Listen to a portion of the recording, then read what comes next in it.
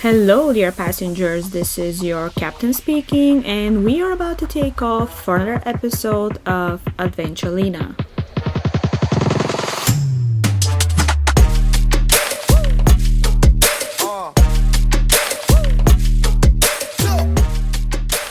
I don't wanna laugh for Christmas. Ho ho ho, everyone. I'm not trying to be annoying from the very first second, but let me be honest. Holidays are here, guys. And we, at least I, can't help it. So, welcome back for another episode of Adventulina.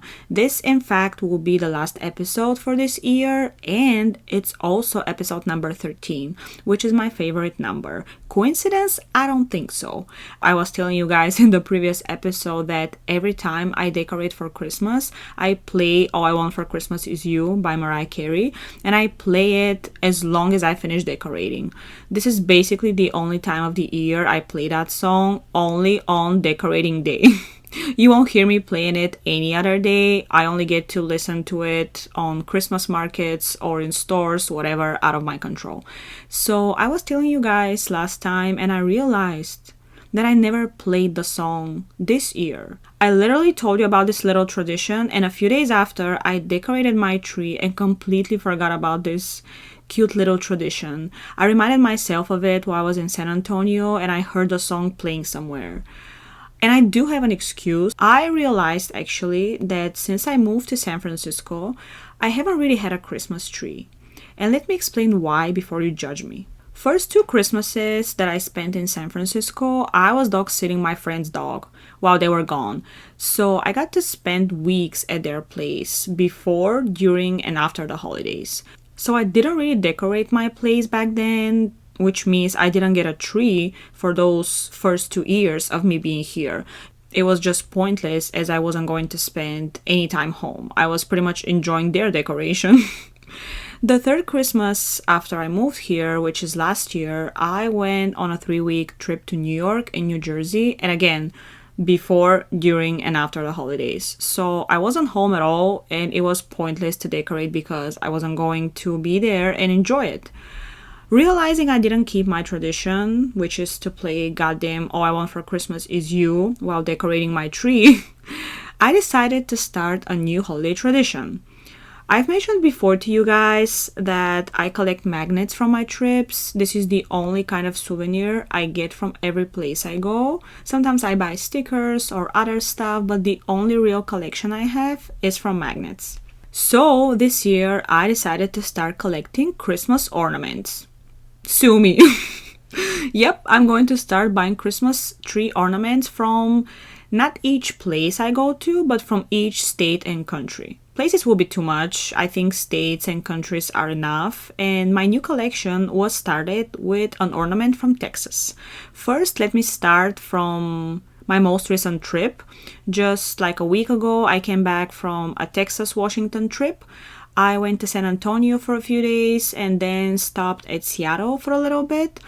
If you guys have listened to my previous episodes, you probably remember me saying that my Alaska trip kind of got canceled and I decided to go somewhere warmer as a nice, 2023 farewell trip. So I booked San Antonio, and I think I'll have to admit again, for a second time this year, that I left the whole planning for almost the last moment. I literally had my flights and my accommodation, and just a few days before I was actually going to leave was when I worked on what to see and what to do there. Which I've mentioned before, I hate because I'm rushing through the itinerary, I'm pressured to finish, which is not the perfect recipe for a great travel plan. I remember literally being upset with myself for doing that, but it turned out pretty well. Maybe I'm just so used to planning things like that, and I know my routine so well.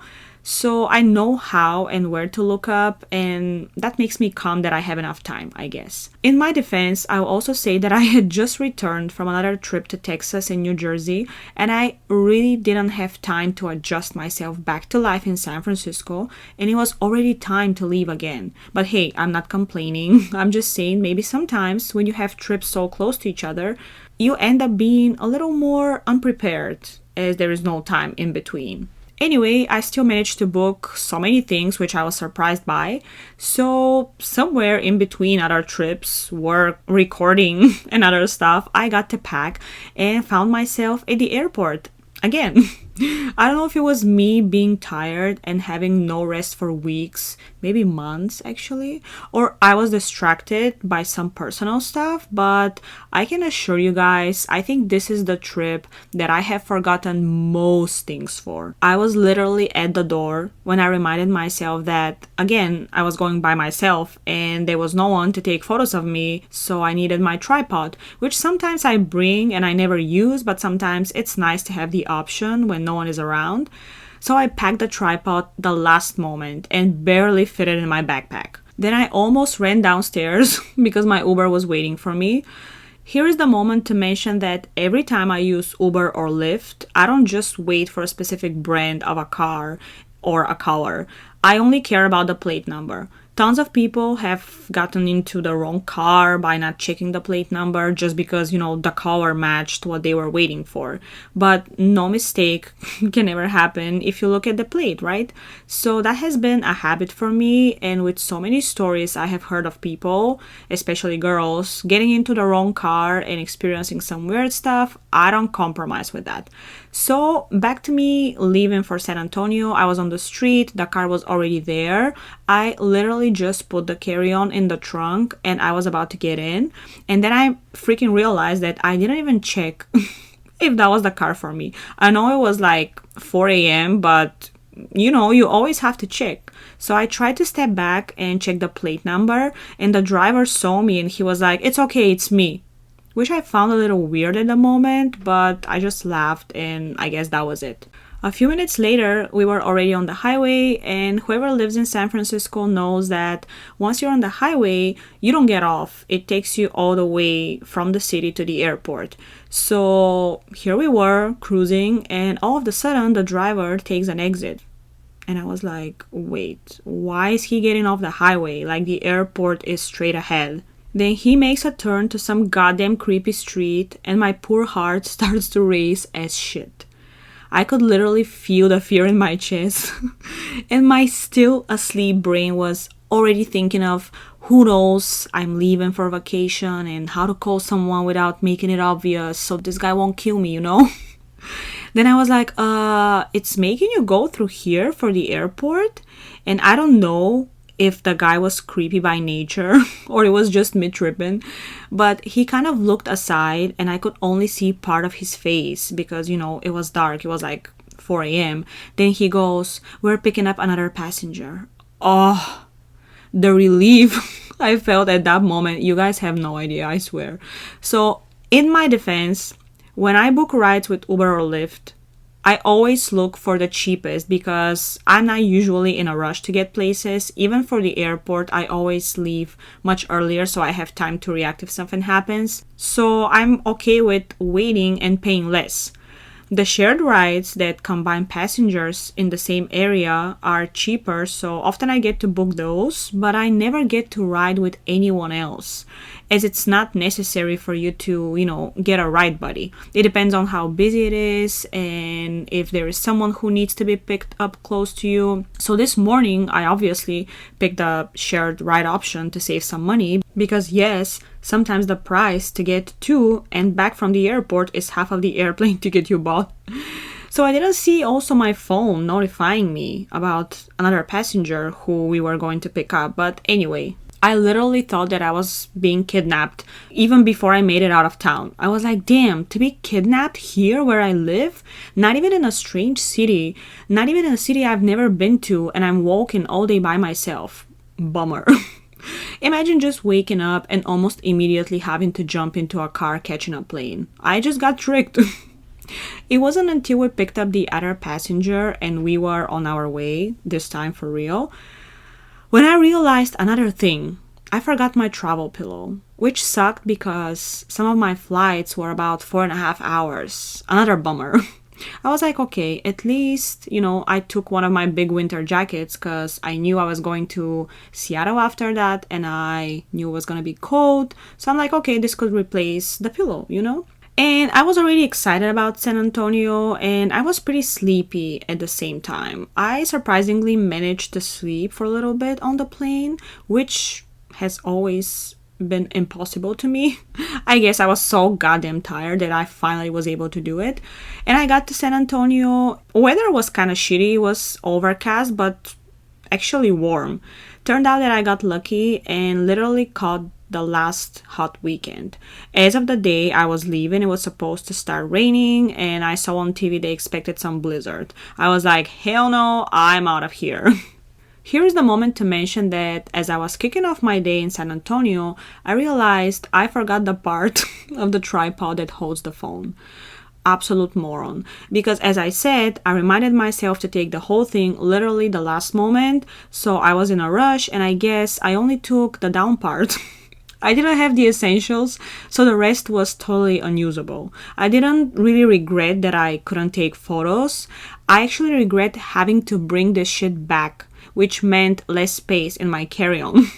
But it's okay. Later on, I realized I forgot hair clips and ties as well. So I was like, few minutes later, I'm like, oh, I don't even have my little remote that I used to take photos of myself.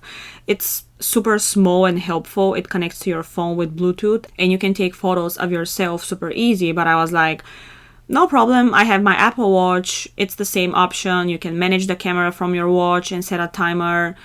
And then I realized I didn't bring the charger for my watch, damn it. It was just one thing after another that I forgot. What the hell was I packing last night?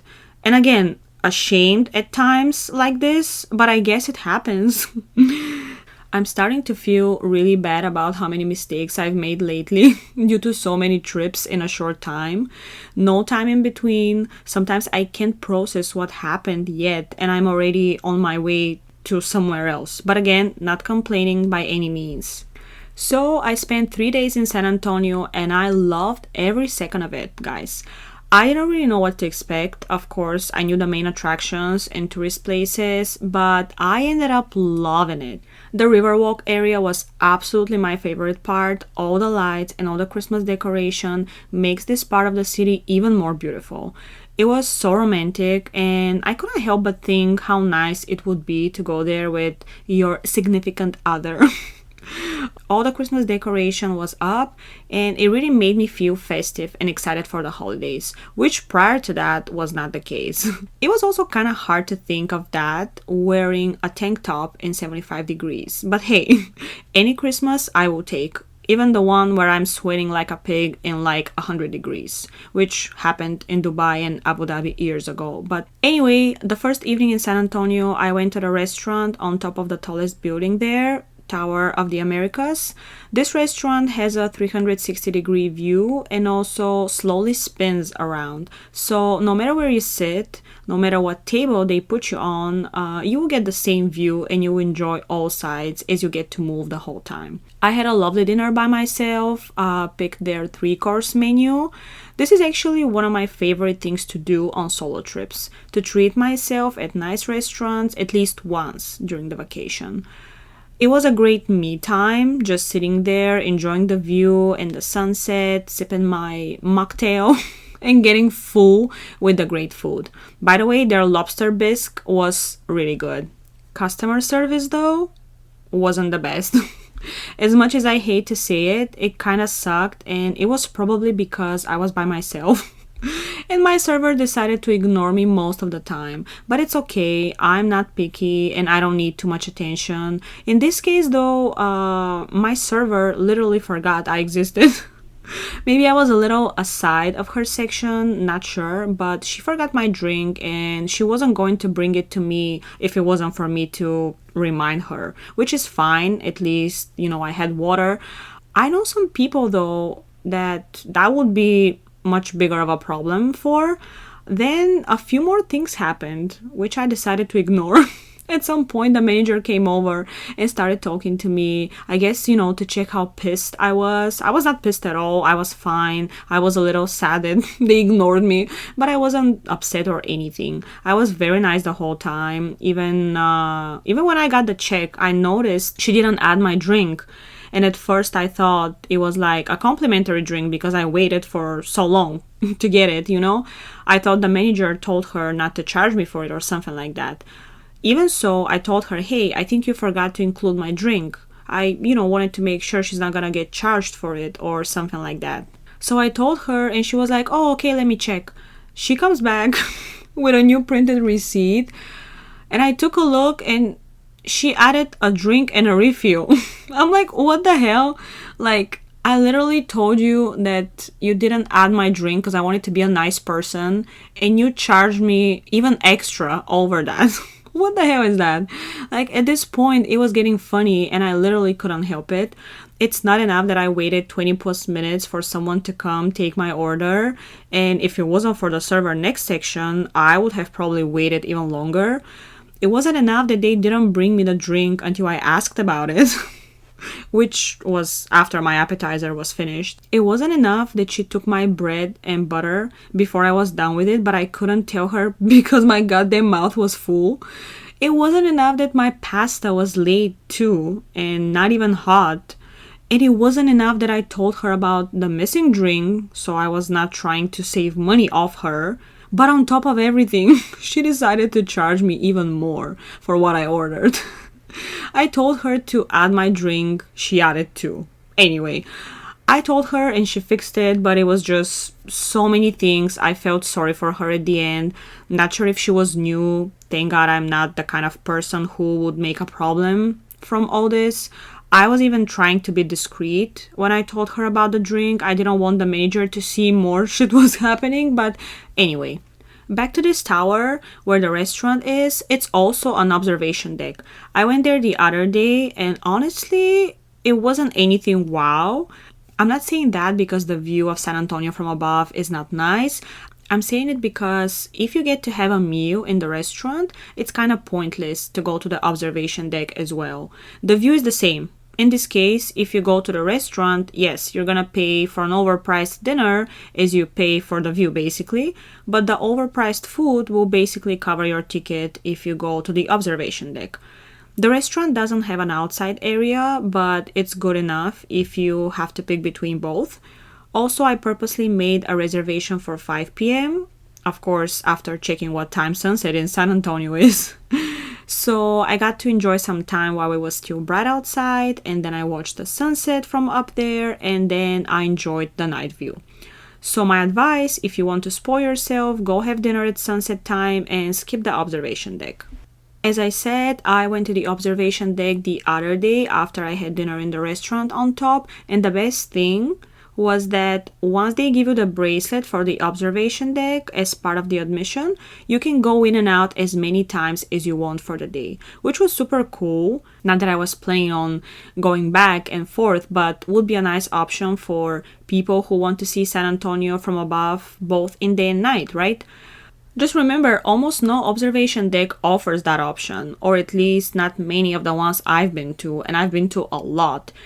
Part of the ticket was also a 3 or 4D movie. You watch it in a small theater before you head up. I expected something much more exciting if I have to be honest, but it was kind of lame. Maybe kids would enjoy it. They played a short part of a Christmas movie that I hadn't watched before and it was fine.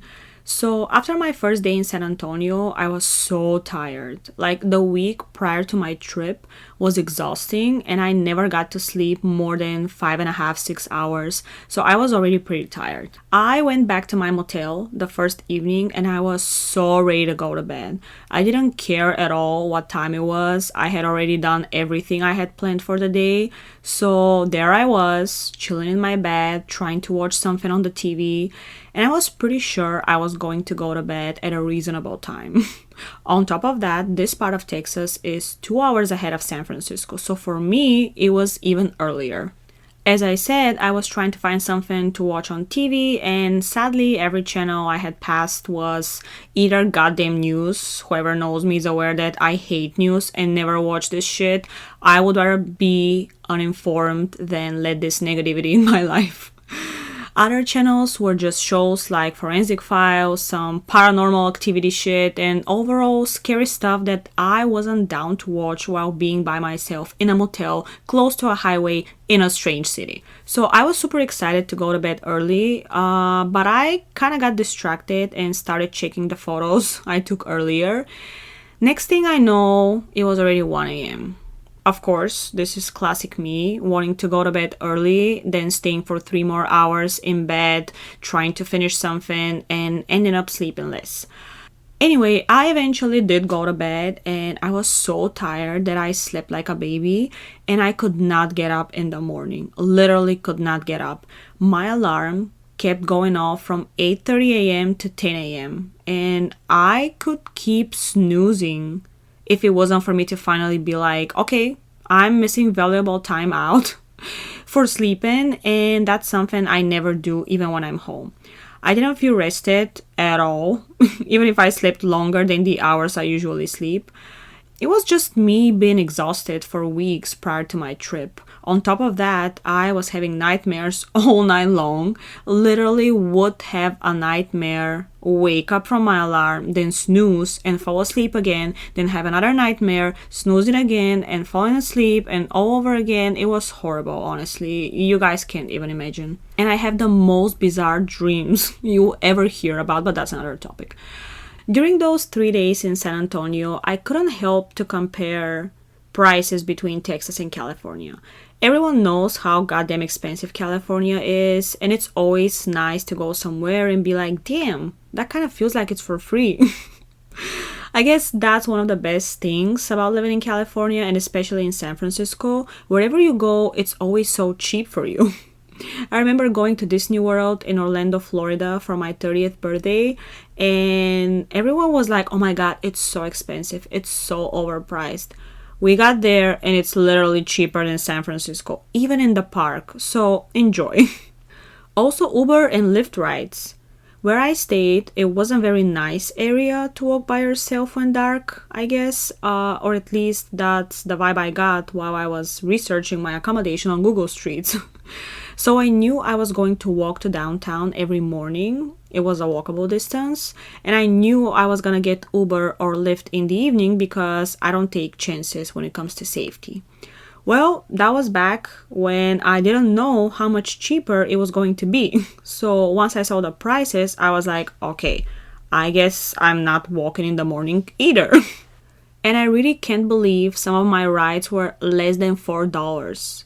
$4, guys. This is usually the tip I leave my driver in San Francisco. I'm pretty sure the last time I had a ride in San Francisco for less than $4 was in 2018. So I was thrilled. This also worked perfectly for my 3rd day in San Antonio when I had planned all places far away from downtown and I had to spend more time in transportation. I also bought their public transport daily pass, which was $2.75 for 24 hours. Just couldn't help to compare. $2.75 is the price for riding public transport in San Francisco for an hour and 15 minutes, if I'm not mistaken. So I got to ride a few different buses, which allowed me to see so many more things. I would have never gone to these places if it wasn't for my transportation to take me through those places. I forgot to say something creepy that happened my second evening. Well, not creepy in general, but for me it was, I guess.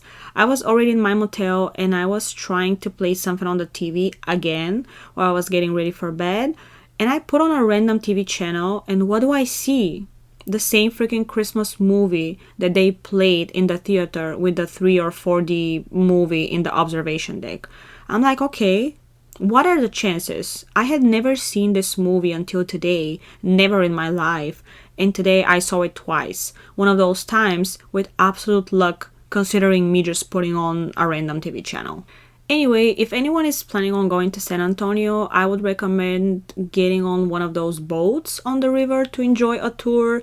Also checking out La Villita Historic Village and the Alamo, an iconic landmark in San Antonio, San Fernando Cathedral, and Mission San Jose, which is part of the Missions National Historical Park. Also check the tower that I already mentioned. Tower of the Americas. On the back of it, by the way, you will find those adorable angel wings. It's a metal installation with the tower in the background, and you can take great photos.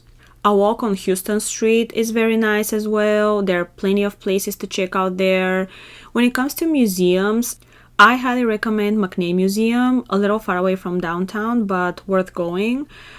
I also got to visit this immersive experience called Hopscotch. This was, I want to say, one of my highlights of this trip.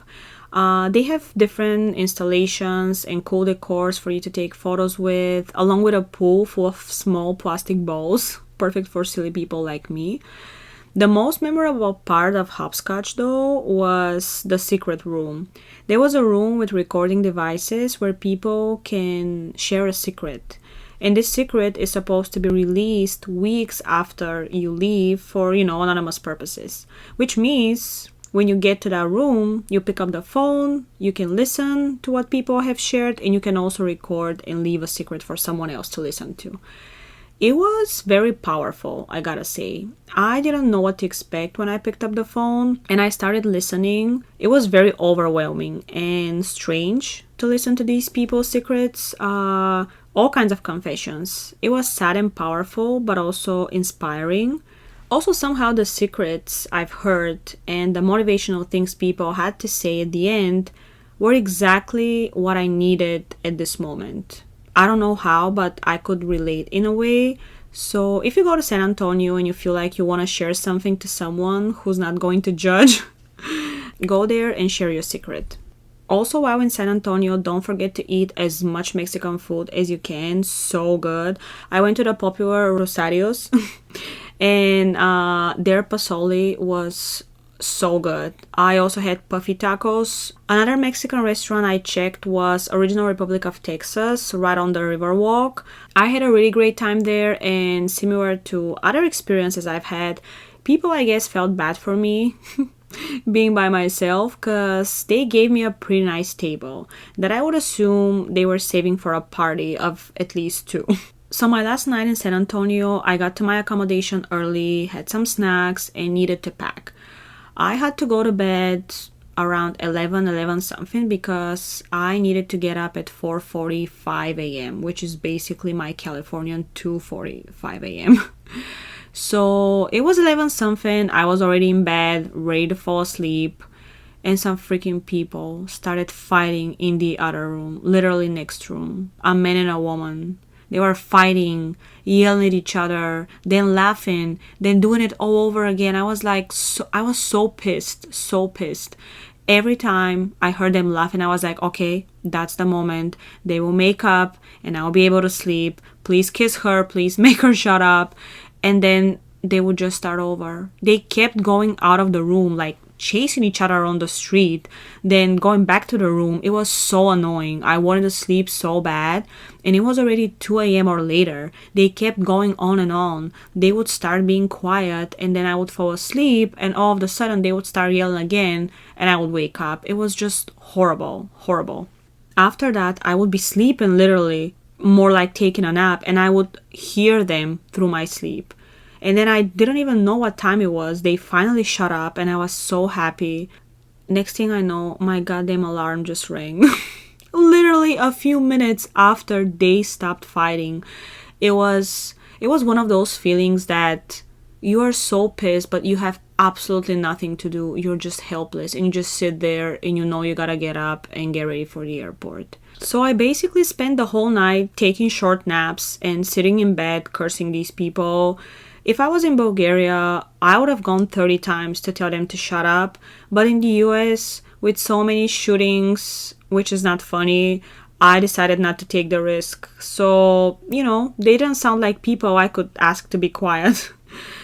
So right on the day when the weather in San Antonio was supposed to start sucking, I flew to Seattle because there was something I couldn't do last time I was in Seattle. So long story short, I went to Seattle back in April and checked off everything on my list, but I didn't know about two things, shame on me, that I found out while I was there.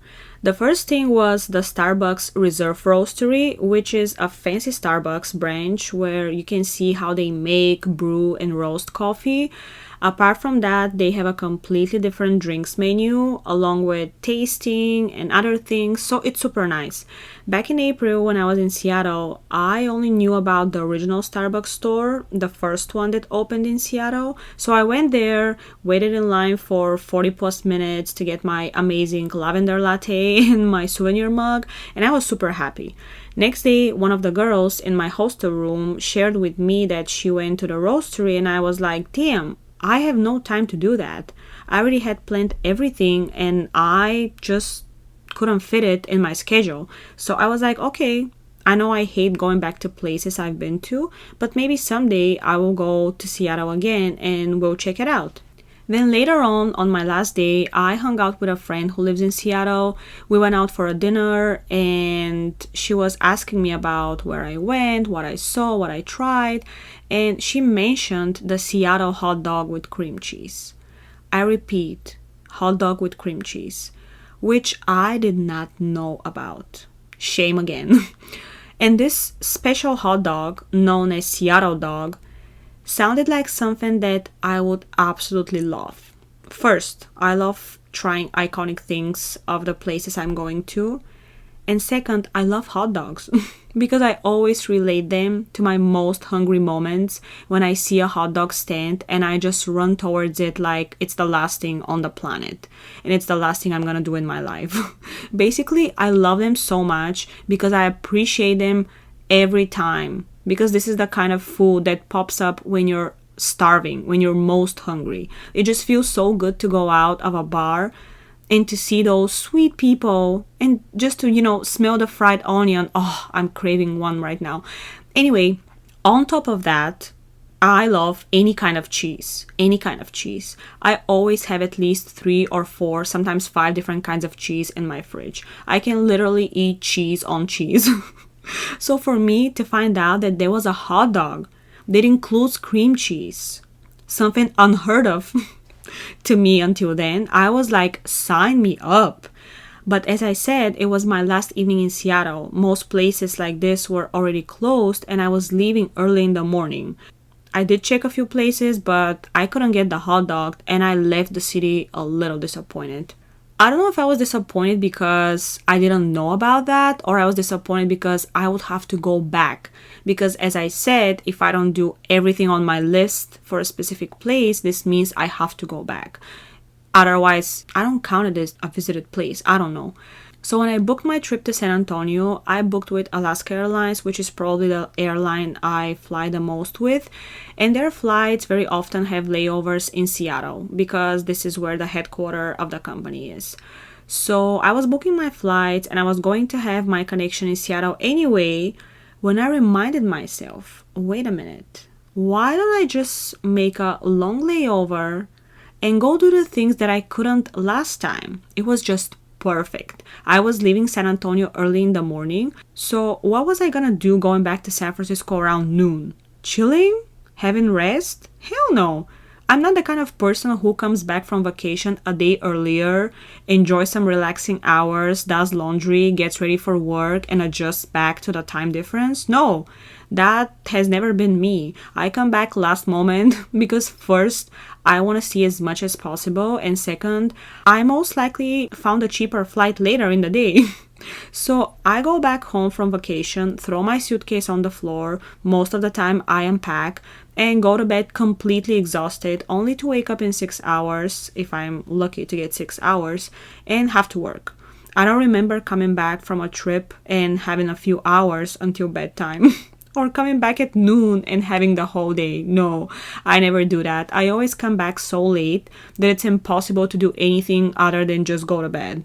I actually don't also remember ever requesting a day off if it wasn't for traveling. I don't request days to chill and stay home. Like this staycation thing should be illegal. I mean, people are gonna start giving me shit about this, but for me, staycation is something that shouldn't be a thing. I don't know. At least don't call it something that ends with cation from vacation, because this is not no vacation, I'm sorry. Anyway, I'm not there yet, I guess. I remember having to request vacation days because it's an obligation, or I had unused paid days back in Bulgaria and I was gonna lose them if I don't take them, but I never wanted to be off if I'm not doing anything. So anyway, I just love how I said long story short and I'm already talking about my paid vacation days back in Bulgaria for 5 minutes. So back to Seattle, when I realized that I can make a long layover there, I was super excited. I was like, yes, finally I can try the hot dog and I can go to the fancy Starbucks. It was just decided, 10 plus hours of connection time in Seattle. So when I left San Antonio, I literally went from 70 plus degrees temperature to 50 in Seattle. From tank top to my winter North Face jacket pretty much. But I was actually excited for the cold. I wanted to experience some cold before going back to San Francisco, a city where you can wear a t-shirt in December sometimes and snow is a myth. So since I couldn't experience any cold in New Jersey earlier in November, I was like, okay, now is the time. So I was already in Seattle. Unfortunately, it was chilly, but didn't really get cold until the sun started setting down, which was hours later. At some point, I was even walking without a jacket, but anyway, I went to Starbucks, got some pastry, and honestly, what I could call the best latte I have ever had. I asked the barista who took my order to recommend something, and I tried the toffee nut Bianco latte. It was, I know I'm not picky, but literally I took a sip and I was like, what the hell is that? So creamy and rich and sweet. I always usually ask for extra pumps and this one was perfectly sweetened. So after I had the best latte of my life, I was walking around trying to get the popular hot dog my friend told me about. And I was walking and walking and walking and I couldn't find any open hot dog vendors. I was starting to get worried because it was going to be a second failed attempt and I was pissed because I didn't come all the way to Seattle to just walk on the streets and go home on an empty stomach, you know? So I was getting desperate and I started calling numbers on Google. Almost all of them went straight to voicemail. I literally walked for an hour and a half, checking every possible place I saw on Google, and then I asked my friend one last time. She recommended a few places, and I had already checked all of them except for one. And I was like, this is my last chance. It's Sunday, it's sunset time, which is early in Seattle. Sunset there is like 4:17 p.m. at this time of the year. So, by the way, this is true, I'm not making it up because I checked it. So I felt like, even if something was open, being a hot dog vendor, it was going to close soon. So I headed to the last place, full of hope and anger. And I was approaching the park and I could see the window open. Like I could see people ordering. I could see people cooking. I could see the name matched what I was looking for. And it was a magical moment, guys. I'm not kidding. It was a magical moment because I was looking forward to it. I was really excited to try this hot dog. I know it sounds like absolute bullshit to some of you, but it just made my day. In my mind, I was already thinking of making another long layover in Seattle for my next trip just so I can go back and finally have the hot dog. But I was there and it was right in front of me. It was open. I was getting closer. I could see the menu. It was saying Seattle dog. I was walking towards and I was just smiling like an idiot. I'm curious what the people who saw me thought of me. They were probably like, damn, this bitch hasn't eaten anything for days.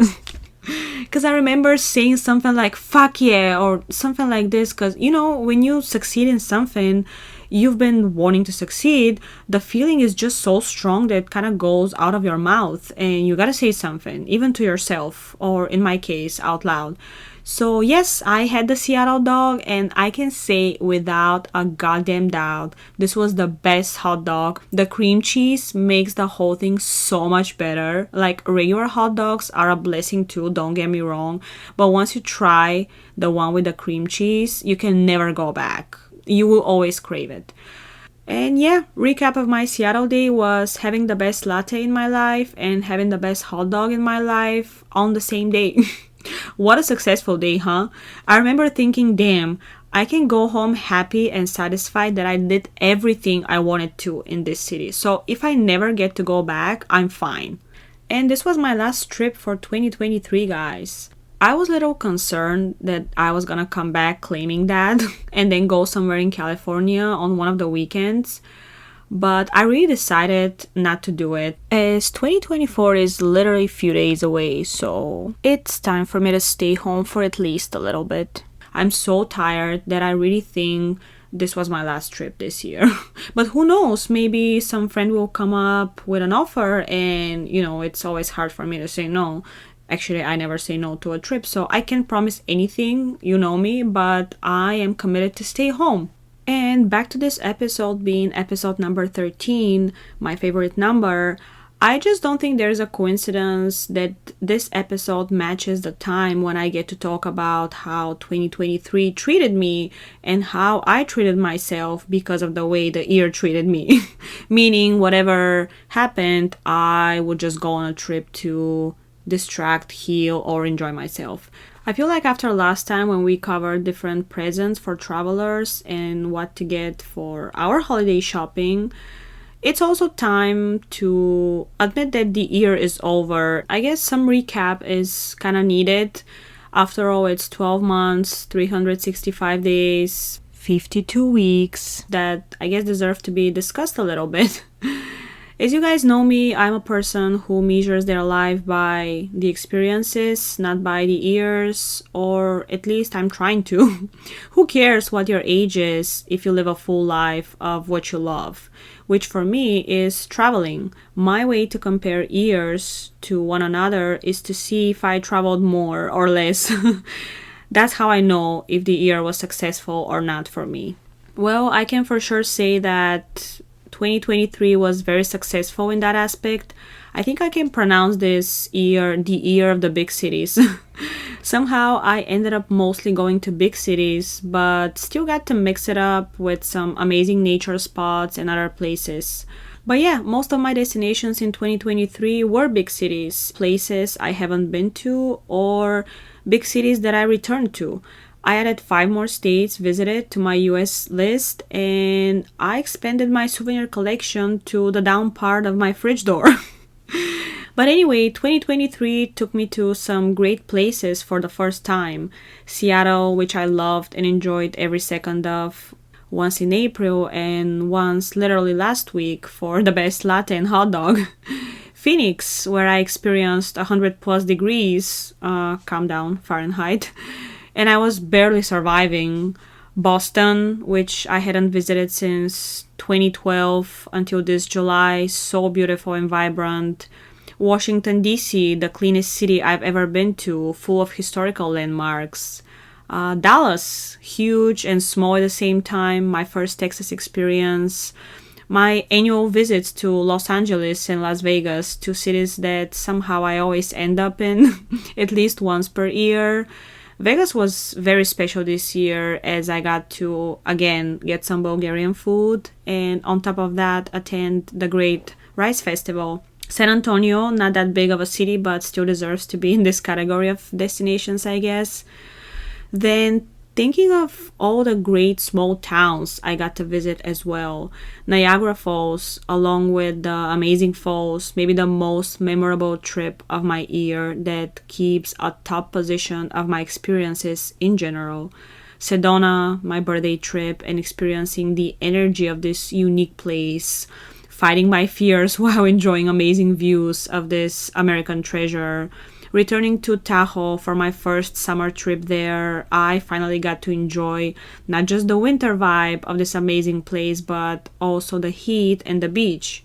Santa Barbara, beautiful and sunny, Solvang and Capitola, small California town, so charming and nice to walk in, so colorful and out of this country, I would say. Paso Robles, Monterey, Morro Rock, damn, the list is long. Alexandria, oh that's right, Virginia, so cute too.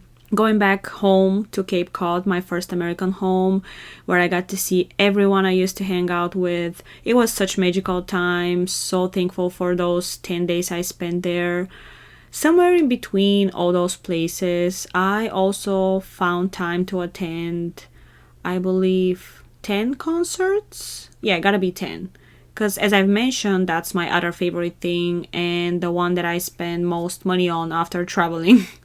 So I think my 2023 was great and I actually did more than what I expected. I pretty much almost had a trip planned every month, which I love. I'm very thankful for having the chance to visit all those places and, to return to the ones I carry deep in my heart. What's for the next year, you would ask? You didn't think your captain didn't prepare her bucket list, right?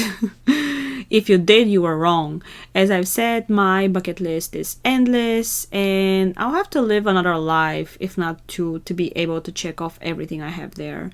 But I'm thinking next year I kind of want to focus on longer trips. Maybe less trips as a quantity, but longer. Also more road trips and national parks. Since this year was the big cities year, I think nature is calling for me in 2024. I also want to do some type of traveling, more like transportation that I haven't done before. I'm also thinking of finally visiting places that I've been postponing for so long for some reason, and it's time to finally include them in my plans. So I think with that being said, I can go work on my list and I can safely say that the last episode of Adventulina for 2023 is coming to an end, guys. I'm super excited for 2024. I'm not gonna say it's a new beginning, blah blah blah, cheesy shit like this. Well, it kinda is. I'm not gonna make New Year's resolutions because I don't think I will stick to them all year round. I will just set up goals, not resolutions, and I will follow those. And you guys stay tuned because there's some exciting things coming your way. I'm not gonna give out anything, but as always, your captain is constantly thinking of how to give you more of what you like. So I hope you have an amazing holiday celebration with the people you love. I hope you're home, cozy and warm. I hope you can be surrounded by your loved ones and share the most magical time of the year with them. And here's for a year of many trips, many new destinations, more airplane tickets, and less stress, I guess. Thank you guys for listening and stay tuned for the first episode of 2024, which is landing shortly. Happy holidays, guys, and bye-bye!